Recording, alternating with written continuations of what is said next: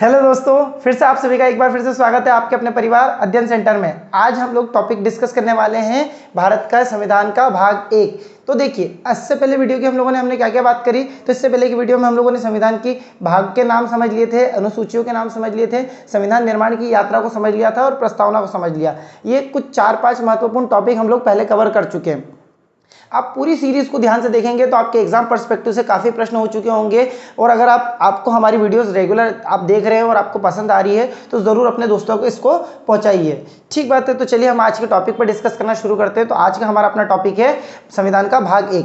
तो देखिए, भाग 1 का सबसे पहले तो आता है नाम क्या है और संविधान में ये भाग किस तरीके से बने और कैसे कैसे क्या क्या हुआ है। तो थोड़ा सा पीछे से शुरू करेंगे, जैसा कि हमारा स्टाइल है हमारे चैनल का कि हम थोड़ा पीछे से बातों को समझते हैं।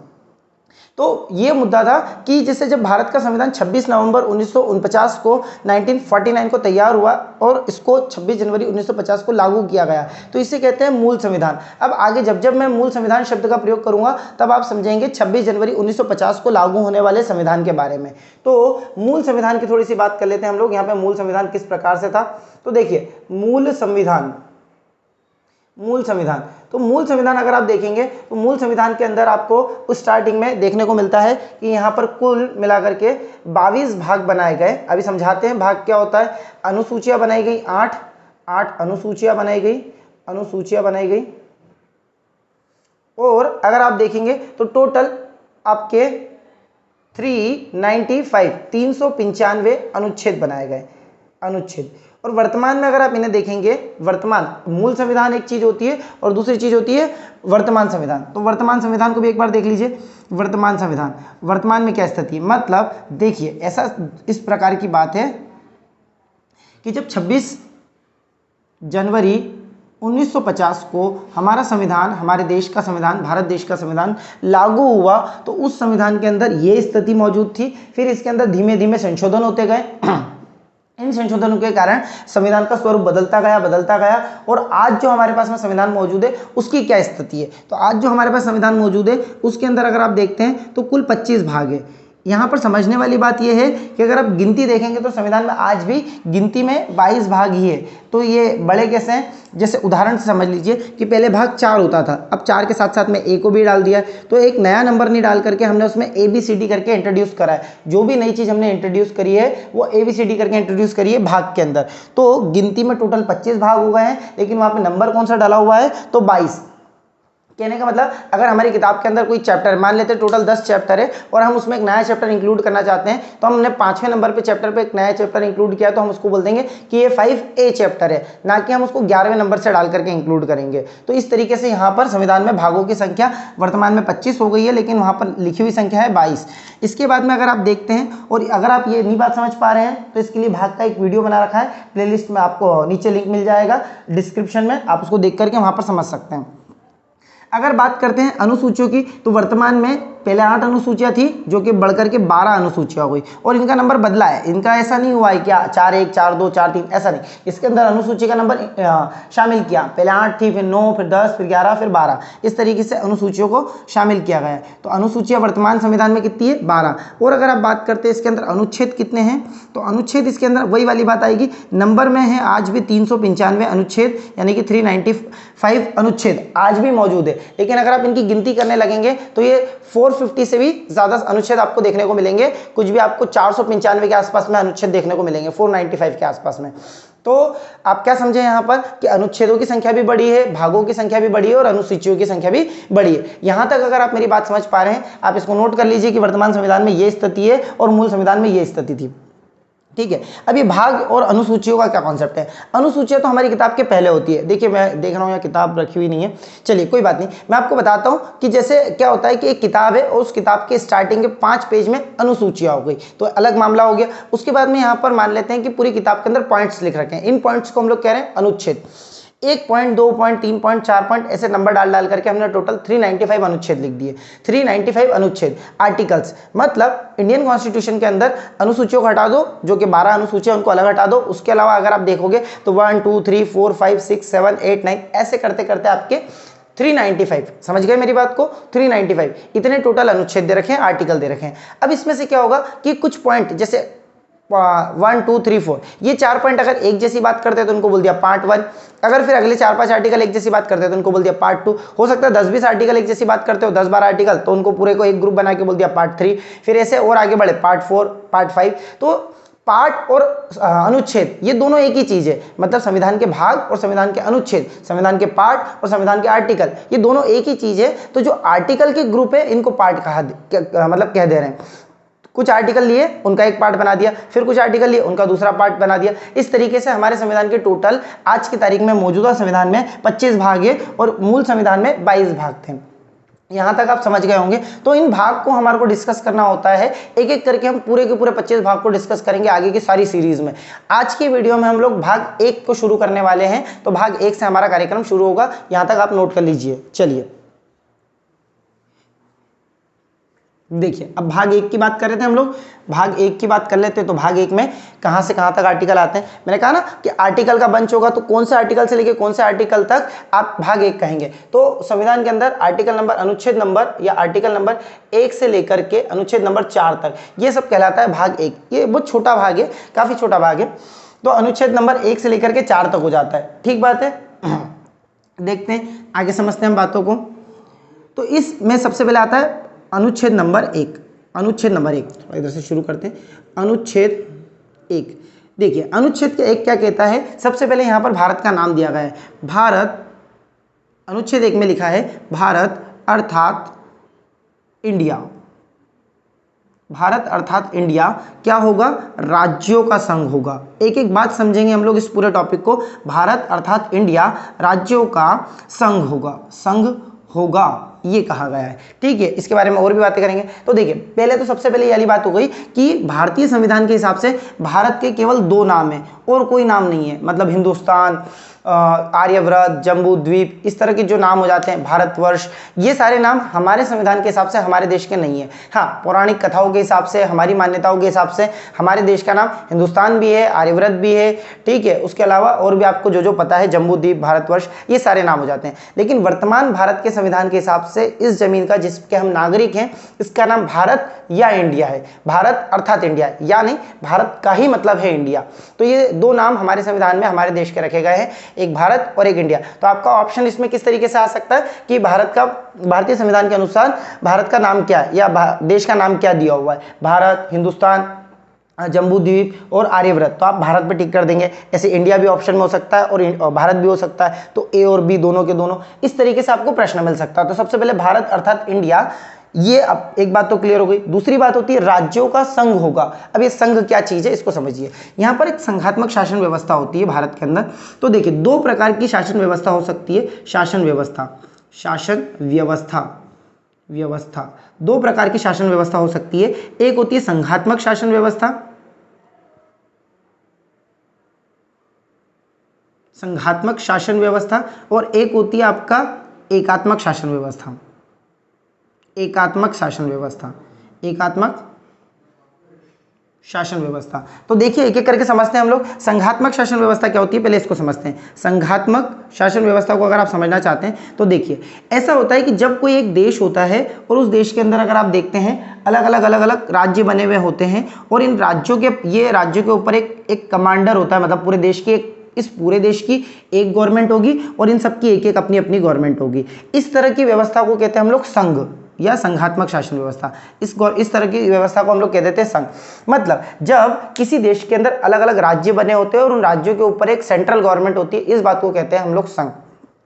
और भारत के अंदर ये संघात्मक शासन व्यवस्था ही लागू होती है। जैसे भारत के अंदर तमिलनाडु, मध्य प्रदेश, गुजरात, उत्तर प्रदेश, महाराष्ट्र, आंध्र प्रदेश, उड़ीसा, ऐसे तमाम सारे राज्य हैं और इन राज्यों के ऊपर एक दिल्ली की सेंट्रल गवर्नमेंट है, जिनमें प्रधानमंत्री होते हैं, राष्ट्रपति होते हैं, वो सेंट्रल गवर्नमेंट होती है। और हर राज्यों के अंदर मुख्यमंत्री और गवर्नर वगैरह होते हैं, ये राज्यों की सरकार होती है। तो हमारे देश में संघात्मक शासन व्यवस्था है, जिसमें अलग अलग राज्यों के पास में अपनी पावर्स होती है और केंद्र के पास में अपनी पावर्स होती है। अगर राज्यों के पास पावर ज्यादा होगी तो हम इसको कहेंगे संघ की पावर ज्यादा है, संघात्मक शासन ज्यादा है। अगर केंद्र के पास में ज्यादा पावर होती है तो इस चीज को बोलते हैं एकात्मक व्यवस्था। मतलब ऐसी व्यवस्था जिसमें क्या होता है कि ये पूरे देश का कंट्रोल सेंट्रल गवर्नमेंट के हाथ में रहता है। सारी जगहों का कंट्रोल किसके पास में रहता है, केंद्र सरकार के पास में रहता है। पूरे के पूरे देश में केवल और केवल केंद्र सरकार का शासन चलता है। इसको कहते हैं एकात्मक शासन व्यवस्था। उदाहरण से समझते हैं हम लोग एकात्मक शासन व्यवस्था, जब पूरे देश का कंट्रोल एक ही सरकार चलाएगी, एक ही सरकार। तो आपसे ये भी पूछा जाता है, पहले प्रश्न समझ लेते हैं कि भारत की शासन व्यवस्था का स्वरूप कैसा है, संघात्मक है, दूसरा पूछता है एकात्मक है, फिर बोलता है संघात्मक होते हुए एकात्मक है, या दोनों में से कुछ नहीं है। इस तरीके से ऑप्शन आपको दे दिए। तो मेरी बात को समझिएगा, भारत की जो शासन व्यवस्था है ना, वो संघात्मक होते हुए भी एकात्मक है। अभी मैं आपको इस टॉपिक को समझाता हूं, उसके पहले मैं आपको इनके उदाहरण देता हूं कि संघात्मक होते हुए हम एकात्मक क्यों कह रहे हैं, क्योंकि उदाहरण से आप इस बात को समझ पाएंगे। तो देखिए, जैसे अगर आप देखते हैं एक देश है आपका कनाडा, यहीं से भारत ने संघ को कॉपी किया, संघात्मक व्यवस्था को कॉपी किया। संघ व्यवस्था कहाँ से लिए, संघात्मक शासन का स्रोत कहाँ पे, स्रोत लिख देते हैं, संघात्मक शासन व्यवस्था का स्रोत तो कहाँ से लिया हमने, कनाडा से लिया।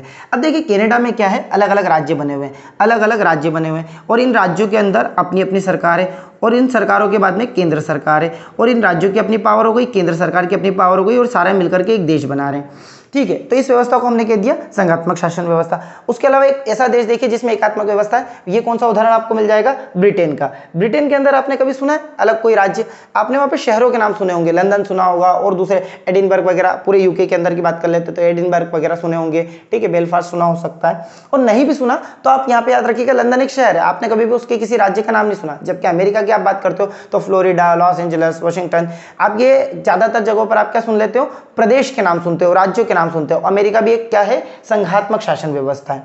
यहां तक बात समझ में आ गई कि संघात्मक में क्या होते हैं, राज्य होते हैं, एकात्मक में केंद्र सरकार होती है।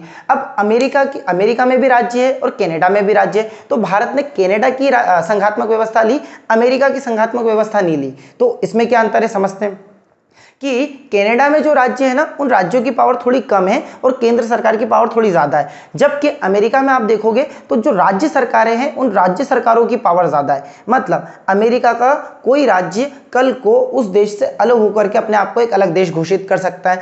अगर कोई आपातकाल की स्थिति होती है तो उस आपातकाल की स्थिति में कोई राज्य किस तरीके का बिहेवियर करेगा, ये उस राज्य की गवर्नमेंट डिसाइड करेगी, ना कि केंद्र सरकार डिसाइड करेगी। तो इस तरह की काफी बड़ी बड़ी पावर्स जो है इन राज्यों के पास में है, केंद्र के पास में नहीं है। तो इसको हम कहेंगे संघ की तरफ झुकाव ज्यादा है। अमेरिका की जो संघात्मक व्यवस्था है, इस संघात्मक व्यवस्था में राज्यों को शक्ति ज्यादा है, और जब राज्यों को शक्ति ज्यादा दी जाती है तो हम कहते हैं संघात्मक व्यवस्था ज्यादा पावरफुल है।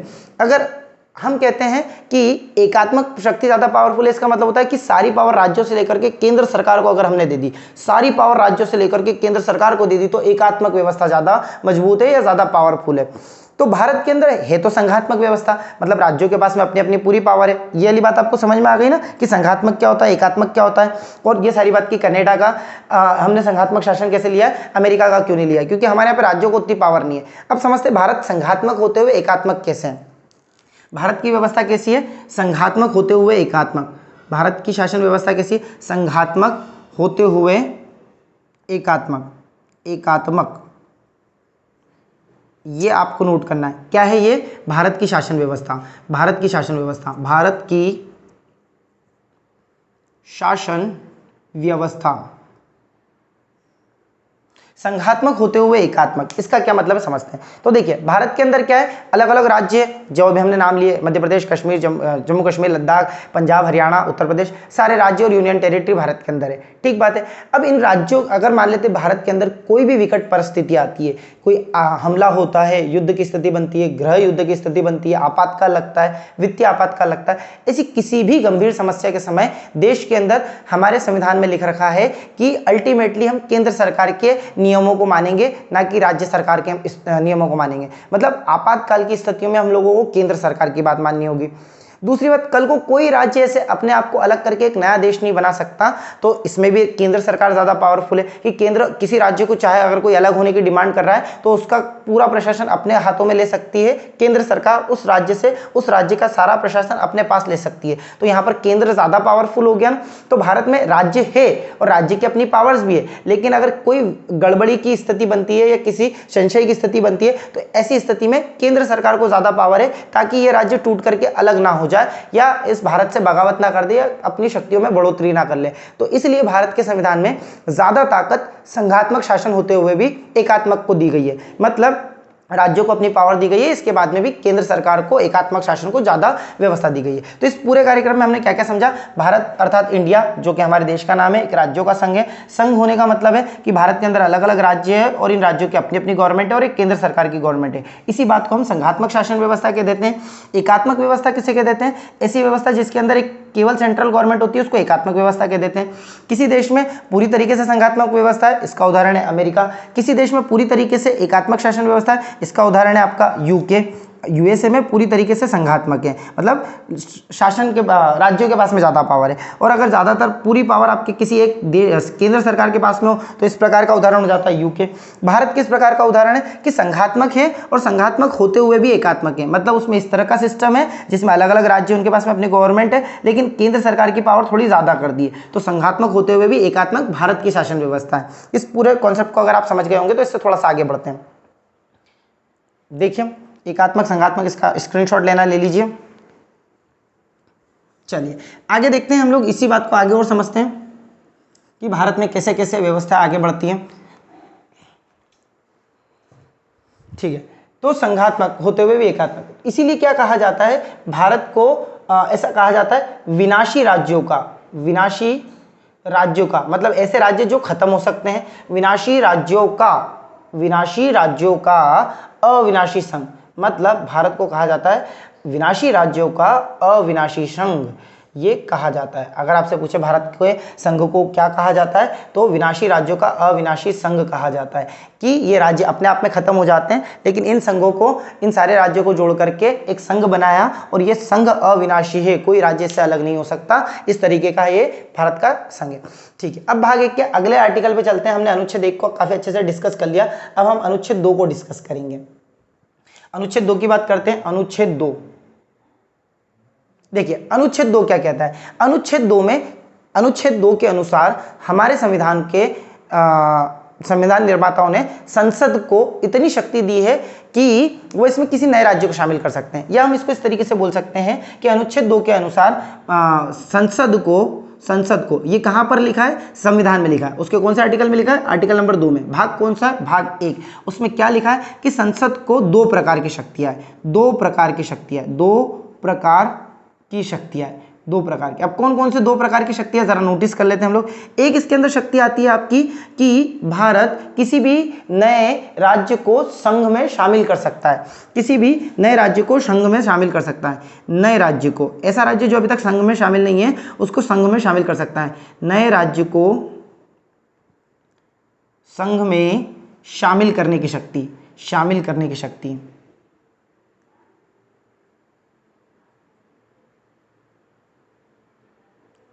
किसी भी नए राज्य को संघ में शामिल करने की शक्ति। और दूसरी शक्ति क्या होती है?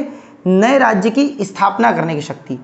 नए राज्य की, किसी भी नए राज्य की, अच्छा यहाँ पे राज्य कह रहा हूं तो इसको देश का राज्य मत समझिएगा, नया क्षेत्र, नया राज्य क्षेत्र जो संघ के बाहर है, नए राज्य क्षेत्र को बनाकर, नए राज्य को बनाकर, बताता हूं, नए राज्य क्षेत्र को बनाकर संघ में शामिल करने की शक्ति, संघ में शामिल करने की शक्ति। ये 2 शक्ति इस आर्टिकल से मिलती है। पहली बात तो आप इस बात को क्लियर कर लीजिए कि जब हम कह रहे हैं नए राज्य, इसका मतलब ये उस जगह की बात कर रहे हैं जो आज तक भारत संघ में शामिल नहीं है। दोनों की दोनों चीजें, ये तो बना ही नहीं है तो भारत संघ में शामिल नहीं है, और ये ऐसे राज्य जो भारत संघ में आज की तारीख में शामिल नहीं है, भारत के बाहर है। उदाहरण के तौर पर देख लेते हैं हम बांग्लादेश। बांग्लादेश का कोई एक क्षेत्र है जो भारत संघ में शामिल नहीं है, तो कल को वो राज्य तो मौजूद है लेकिन भारत संघ में शामिल नहीं है, तो अगर कल को भारत सरकार या भारत की गवर्नमेंट उस चीज को ऑक्यूपाई कर लेती है, उसको अपने कब्जे में ले लेती है, तो उसको भारत संघ में शामिल करने का पूरा अधिकार, पूरी शक्ति हमारे संसद को है, और वो आर्टिकल नंबर 2 से है। तो किसी पड़ोसी या किसी भी विदेशी भूमि को, नए राज्य में आप यहाँ पे ब्रैकेट में लिख लीजिए विदेशी राज्य को, विदेशी राज्य जो देश के अंदर से नहीं हो, किसी भी विदेशी राज्य को जो आज की तारीख में विद्यमान है, ये विद्यमान बहुत जरूरी है, ऐसे किसी भी नए राज्य को जो विद्यमान है, बना हुआ है, उसको संघ में शामिल करने की शक्ति देता है हमारा आर्टिकल नंबर 2। उसके अलावा अगर ऐसे कोई जमीन है जो आज तक राज्य बना हुआ ही नहीं है, नया कोई आइलैंड मिलता है, हम समुद्र में कोई नया आइलैंड मिलता है और ये आज तक कोई राज्य नहीं है, इसमें पहली बार इसकी खोज हुई है और इस आइलैंड पे हमारे देश के लोग गए। या अंटार्कटिका पे इस तरह की बात शुरू हो गई कि चलो इस पे जिस देश का कब्जा होगा वो इसका प्रशासन कर सकता है। तो ऐसी स्थिति में भारत ने अंटार्कटिका के किसी क्षेत्र पर कब्जा किया। तो इस स्थिति में भारत के संविधान, भारत की संसद के पास में यह अधिकार होगा कि उसको एक नया राज्य स्थापित करे और नया राज्य स्थापित करके भारत संघ में शामिल कर ले। तो ये ऐसे राज्यों की बात करता है जो आज की तारीख में विद्यमान नहीं है, उनको पहले राज्य बनाए, राज्य बना करके उनको संघ में शामिल कर लें। और ये ऐसे राज्यों की बात करता है जो आज की तारीख में विद्यमान है लेकिन विदेशी भूमि पर है और अगर हम उसको चाहे तो संघ में शामिल कर सकते हैं। ये इस तरीके की बात करता है। तो आप शॉर्टकट में अगर इस पॉइंट को याद रखना चाहते हो तो पहले पॉइंट में लिखा है भारत राज्यों का संघ है, भारत अर्थात इंडिया एक राज्यों का संघ है, संघात्मक शासन व्यवस्था है। और दूसरी बात लिखी हुई है दूसरे आर्टिकल में कि किसी भी प्रकार की विदेशी भूमि को हम शामिल कर सकते हैं, चाहे वो आज की तारीख में एग्जिस्टेंस में हो या ना हो। अगर नहीं है तो हम बना करके एग्जिस्टेंस में ले सकते हैं और अगर है तो उसको हम लोग डायरेक्टली एग्जिस्टेंस में ले सकते हैं, संघ में शामिल कर सकते हैं, भारत संघ में शामिल कर सकते हैं, इस देश का हिस्सा बना सकते हैं। अब आर्टिकल नंबर 3 की बात करेंगे हम लोग।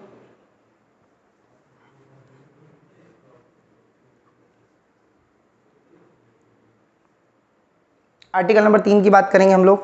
आर्टिकल नंबर 3 क्या कहता है? आर्टिकल नंबर 3 क्या कहता है जरा ध्यान से समझना। अनुच्छेद 3, अनुच्छेद 3 क्या कहता है? सबसे पहली बात कि अनुच्छेद 3 का क ये क्या कहता है? ये कहता है कि अच्छा मैं आपको उसको 2 का उदाहरण दे दूं। पहले आप इस 3 को यहीं होल्ड कर लीजिए, आप यहां पे लिख लीजिए, ठीक है, कि अनुच्छेद 2 का प्रयोग अभी तक हम लोगों ने एक ही बार करके एक नए राज्य क्षेत्र को अपने देश में शामिल किया है। अनुच्छेद 2 का प्रयोग करके संसद ने 2 क का प्रयोग करके, अनुच्छेद 2 क का प्रयोग करके एक नया देश जो पहले से विद्यमान था, कौन सा? सिक्किम। अभी 2 पढ़े ना अपन अनुच्छेद 2 में, पहला वाला क और बाद वाला ख। तो जैसे संविधान था, सिक्किम एक राज्य था, सिक्किम एक देश था, सिक्किम एक स्वतंत्र देश था, स्वतंत्र देश था, स्वतंत्र देश था। कब तक? 1975 तक। उसके बाद में 1975 में 35वां संविधान संशोधन हुआ, 35वां संविधान संशोधन हुआ, कॉन्स्टिट्यूशनल अमेंडमेंट एक्ट 35। अनुच्छेद 2 क का प्रयोग करके सिक्किम जो कि एक स्वतंत्र देश हुआ करता था 1975 तक, 1975 में इसको कॉन्स्टिट्यूशनल अमेंडमेंट एक्ट करके भारत का एक सह राज्य बना लिया, सह राज्य। अब ये क्या बन गया था? को स्टेट बन गया था, अभी संघ में पूरी तरीके से शामिल नहीं हुआ। उसके बाद में 36th कॉन्स्टिट्यूशनल अमेंडमेंट एक्ट करके, मतलब 36वां संविधान संशोधन करके इसको भारत का एक पूर्ण राज्य बना लिया गया, पूर्ण राज्य। तो आपसे पूछा जाएगा कि अनुच्छेद 2 का प्रयोग करके किस विदेशी भूमि को भारत में शामिल किया गया है, तो आप उदाहरण में वहां बता सकते हैं कि सिक्किम को शामिल किया गया है। सिक्किम पहले जो एक स्वतंत्र देश था, 1975 में इसको 35वें संविधान संशोधन की मदद से, कॉन्स्टिट्यूशनल अमेंडमेंट एक्ट की मदद से सहराज्य बनाया गया और वहीं 36वें संविधान संशोधन की मदद से इसको पूर्ण राज्य का दर्जा दे दिया गया। इमरजेंसी के टाइम की बात थी, इंदिरा गांधी की सरकार थी जिसमें ये सब कुछ हुआ और सिक्किम हमारे देश का अभिन्न हिस्सा बन गया। अब सिक्किम हमारे देश के नियम कानूनों में आ गया, ठीक बात है। अच्छा, इसको साफ कर देते हैं, लिख लीजिए आप।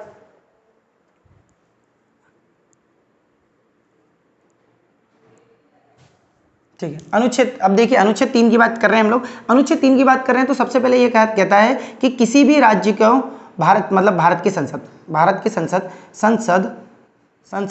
किसी भी राज्य को, किसी भी राज्य को 2 भागों में बांटकर, 2 भागों में बांटकर, 2 भागों में बांटकर, 2 भागों में बांटकर, 2 भागों में बांटकर, संसद किसी भी राज्य को 2 भागों में बांटकर या 2 से ज्यादा राज्यों को मिलाकर, राज्यों को 2 भागों में बांटकर या राज्यों को मिलाकर एक राज्य बना सकती है। सबसे पहली बात तो ये एक राज्य बना सकती है। पहली बात तो ये कही गई कि भैया हमारे देश की जो संसद है, अगर वो अपना प्रस्ताव पास करती है और अगर वो सही समझे तो अपनी सूझबूझ के अनुरूप वो 2 या 2 से ज़्यादा राज्यों को मिला करके एक राज्य बना सकती हैं या एक राज्य को तोड़ करके 2 अलग अलग राज्य बना सकती हैं। इस तरह के हमारे पास में कई सारे उदाहरण हैं, जैसे मध्य प्रदेश और छत्तीसगढ़ पहले एक राज्य हुआ करते थे, फिर ये अलग हो गए 1 नवंबर 2000 को, 1 नवंबर 2000 को इसके 2 हिस्से कर दिए गए, मध्य प्रदेश अलग राज्य हो गया, छत्तीसगढ़ अलग राज्य हो गया। इस तरीके से भारत सरकार अगर चाहे तो एक राज्य को तोड़ करके 2 राज्य में बदल सकती है और 2 राज्यों को जोड़ करके एक राज्य में बदल सकती है, ठीक बात है। इसके बाद में अगर हम देखते हैं आगे इसका ख, ये ख कहती है कि भारत की जो है किसी की भी क्षेत्र को घटा सकते हैं, मतलब भारत संसद किसी भी राज्य के क्षेत्र को घटा सकती है, क्षेत्र को घटा सकती है। ये इसके पास में अथॉरिटी होगी, किसके पास में? संसद के पास में। ख के बाद में ग कहता है आपका कि संसद किसी राज्य की, संसद किसी राज्य के क्षेत्र को बढ़ा सकती है, बढ़ा सकती है। तो संसद किसी राज्य के क्षेत्र को घटा सकती है, संसद किसी राज्य के क्षेत्र को बढ़ा भी सकती है। मतलब जो हमारे देश की पार्लियामेंट है उसके अंदर जो लोग बैठे हैं वो अगर चाहे तो पूर्ण बहुमत से, या ये पास करने के बाद में, पूर्ण बहुमत से पास करने के बाद में, स्पष्ट बहुमत से किसी भी बिल को पास करने के बाद में वो क्या कर सकते हैं कि किसी क्षेत्र को घटा सकते हैं, किसी क्षेत्र को बढ़ा सकते हैं। फिर उसके बाद में कहते हैं कि इसकी सीमा में परिवर्तन किया जा सकता है, किसी राज्य की सीमा में परिवर्तन किया जा सकता है, किसी राज्य की सीमा में परिवर्तन किया जा सकता है, परिवर्तन किया जा सकता है। संसद कर सकती है, ये किया जा सकता है, किया जा सकता है, जा सकता है। ठीक बात है। इसके अलावा और क्या बात कहती है? देखिए सबसे पहले क्या बोला उसने, क में बोला कि किसी भी राज्य क्षेत्र में क्या कर सकते हैं, एक राज्य को तोड़ के दो या दो से ज्यादा राज्य बना सकते हैं, या दो या दो से ज्यादा को जोड़ करके एक राज्य बना सकते हैं। फिर दूसरे में बात क्या कही? दूसरे में बात कही कि उसने किसी भी राज्य के क्षेत्र को घटाया जा सकता है। तीसरे में किसी भी राज्य क्षेत्र को बढ़ाया जा सकता है। चौथे में कहा उसकी सीमा में बदलाव कर सकते हैं, क्षेत्र ना बढ़ाए घटाए, सिर्फ उसकी सीमा बदल दे कि भाई इधर से कम कर दी, इधर से बढ़ा दी, तो वही का वही मामला पड़ गया। तो क्षेत्र ना घटाए, सीमा बदल दे, ये भी कर सकती है संसद। उसके अलावा क्या कर सकती है? उसके अलावा ये कर सकती है कि किसी भी राज्य के अंदर जो सीमा है पूरा परिवर्तन हो गया। लास्ट बचता है आपका अड़ वाला कि किसी राज्य का नाम संसद बदल सकती है, किसी राज्य का नाम संसद बदल सकती है, नाम संसद बदल सकती है, बदल सकती है। ये 5 पावर आपको कहां से मिलेगी? आपको मतलब संसद को कहां से मिलेगी? आर्टिकल नंबर 3 से। क ख ग घ अड़, यानी कि के है ना, के मतलब कैसे बोलेंगे इंग्लिश में, ठीक है। तो इस तरीके से होता है ये, ABCD करके बोल सकते हो आप, ABCDE, ठीक है। तो हमारी संसद को किसी भी राज्य में, आप इसको नोट कर लीजिए, किसी भी राज्य में जो भी बदलाव करना है। अच्छा, इसमें समझने वाली बात क्या है, जैसे अनुच्छेद 2 क्या था, ये उस क्षेत्र के बारे में जिक्र करता था जो इस देश में मौजूद नहीं है, देश के बाहर मौजूद है, उसके बारे में बात करता था। जबकि ये वाला जो अनुच्छेद 3 है, ये उन क्षेत्रों की बात करता है जो वर्तमान में संघ के भाग है, वर्तमान में संघ के अंतर्गत आते हैं, और संघ मतलब भारत संघ के अंतर्गत आते हैं, ठीक है। क्या कहा कि अनुच्छेद 3 वर्तमान में भारत संघ में आने वाले राज्यों के अंदर फेरबदल करने की अनुमति संसद को देता है। तो आर्टिकल 3 आपको समझ में आ गया। आर्टिकल 1 था भारत अर्थात इंडिया राज्यों का संघ होगा। आर्टिकल 2 था कि भारत के बाहर किसी भूमि को भारत में अगर शामिल करना है तो उसके लिए अधिकार अनुच्छेद 2 से मिलता है। अगर भारत में मौजूद किसी राज्य के अंदर किसी प्रकार का कोई बदलाव करना है, सीमा में, क्षेत्र में, नाम में, 2 को मिला के 1, 1 को तोड़ के 2, ये सारा अनुच्छेद नंबर 3। और अनुच्छेद नंबर 4 अगर हम लोग पढ़ लेंगे तो भाग 1 खत्म हो जाएगा। तो देखते हैं अनुच्छेद नंबर 4। अनुच्छेद नंबर 4 क्या कहा जाता है? बड़ा सिंपल सा मामला है अनुच्छेद नंबर 4 का। अनुच्छेद नंबर 4 ये कहता है कि आप जब आर्टिकल नंबर 2 और 3 का प्रयोग करोगे, देखो मैं लिख के बताता हूं आपको। अनुच्छेद 4 ये कहता है आपका कि जब संसद को पावर दी ना, तो संसद अनुच्छेद 2 और 3 का प्रयोग करेगी, अनुच्छेद 2 और 3 का प्रयोग करेगी संसद। जब इसका प्रयोग करेगी, जब संसद 2 और 3 का प्रयोग करेगी, तो इसे संविधान संशोधन नहीं मानेंगे। मतलब इसमें ऐसा नहीं कहेंगे कि संविधान में बदलाव हो गया। देश के किसी हिस्से में अगर आप बदलाव करोगे, उसके नाम में, क्षेत्र में, या नया क्षेत्र का अधिग्रहण करोगे, तो इसको ये नहीं कहेंगे कि संविधान में बदलाव कर दिया। इसे 368 अनुच्छेद 300 नंबर 68 आगे पढ़ेंगे हम लोग। अभी के लिए आप इसमें समझिए संविधान संशोधन की जानकारी है। 368 में किस चीज की जानकारी है? संविधान में संशोधन की। तो जब संसद आर्टिकल 2 और आर्टिकल 3 का प्रयोग करेगी, तो इसे 368 के तहत संविधान संशोधन नहीं माना जाएगा। संविधान संशोधन नहीं माना जाएगा। संविधान संशोधन नहीं माना जाएगा। यह बात कहती है हमारा आर्टिकल नंबर 4। उसके बाद में देखिए, इसके अलावा एक बात और समझिए कि पहले आप जवाब देने की कोशिश कीजिएगा, कमेंट में आप इसका जवाब देना अगर आपको पता होगा तो, और नहीं पता होगा तो आप अंदाजा लगाने की कोशिश करना कि अगर हमारे संविधान के अंदर, हमारे देश के अंदर किसी भी राज्य में कोई बदलाव करना है, उसकी सीमा को घटाना है, उसकी सीमा को बढ़ाना है, नाम बदलना है या विदेशी भूमि को शामिल करना है, तो इसके लिए जो बिल आएगा, इसके लिए जो प्रस्ताव आएगा, इस प्रस्ताव को किस तरीके से पास किया जाना चाहिए, सिंपल मेजोरिटी के साथ में या स्पेशल मेजोरिटी के साथ में, साधारण बहुमत के साथ में या विशेष बहुमत के साथ में।